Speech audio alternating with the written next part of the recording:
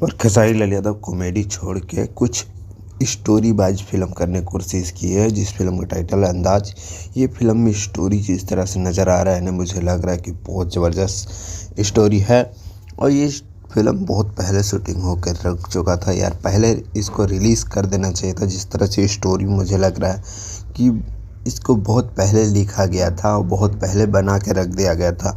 Look wise भी खेसारी लाल यादव के face पे वो भी नज़र आ रहा है। 2000 मुझे लगता है 20 के आसपास इसका शूटिंग चल रहा था।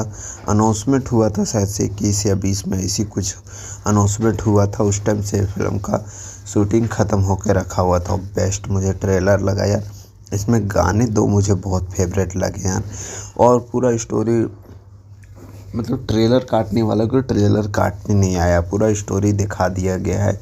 फिर भी अभी मुझे लग रहा है कि इस फिल्म में बहुत कुछ नज़र आने वाला है। बेटी बचाओ बेटी पढ़ाओ के ऊपर कुछ नज़र आने वाला है और बहुत बेहतरीन। इसमें कोई तो विलन तो नहीं है, लेकिन बहुत बेहतरीन स्टोरी लग रहा है। सो ज़्यादा कुछ नहीं बोलता, लव यू बाय।